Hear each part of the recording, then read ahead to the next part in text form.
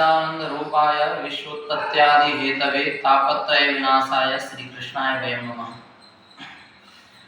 वर्तमान समाज की स्थिति यदि हम देखें तो प्रत्येक मानव एक मोटिवेट होने के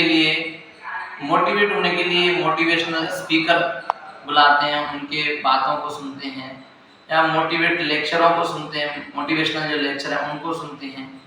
लेकिन हमारे जो मूल आधार है, मूल संस्कृति है, यदि हम सोचें यदि मैंने कोई स्पीकर बुलाया है तो उस स्पीकर में वो ज्ञान कहाँ से प्राप्त किया है, तो हमारे जो निहित ग्रंथ हैं, हमारे पास जो अपनी संस्कृति में निहित जो ग्रंथ हैं उनमें से उस ज्ञान को उन्होंने प्राप्त किया है।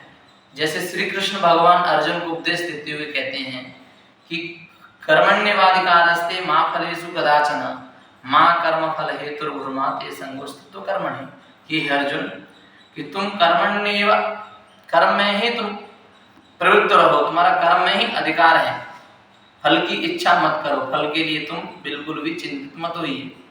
लेकिन वर्तमान में हम क्या कर रहे हैं, कर्म तो नहीं कर रहे हैं और उससे पहले उसके प्रयोजन, उसका क्या फल है, फल की इच्छा हम ऐसे मन में बैठा लेते हैं जैसे बिना कर्म किए ही हमें वो फल प्राप्त हो जाएगा। जैसे उद्यमेन ही सिद्ध्यन्ति कार्याणि न मनोरथै नहीं सुप्तस्य सिंहस्य प्रविशन्ति मुखे मृगाः। तो जो सोया हुआ जो सिंह है उसके मुंह में बिना परिश्रम किए वो मृग जो है प्रवेश नहीं करेंगे। उद्यमेन ही सिद्ध्यन्ति, उद्यम करने से वो सिद्ध होते हैं। कार्याणि न मनोरथै, तो वो कार्य जो है हमें मन में चिंतित करने से, मन में उनका चिंतन करने से, विचार करने से वो कार्य कभी सफल नहीं हो पाएंगे। उन कार्यों के प्रति हमें दृढ़ होकर के, एक स्थिर होकर के, निरंतरता ला करके श्रद्धा पूर्वक उन कर्मों को करना पड़ेगा। जब ही हमें उन कर्मों में सफलता प्राप्त होगी और हम एक अच्छा प्रदर्शन कर सकते हैं।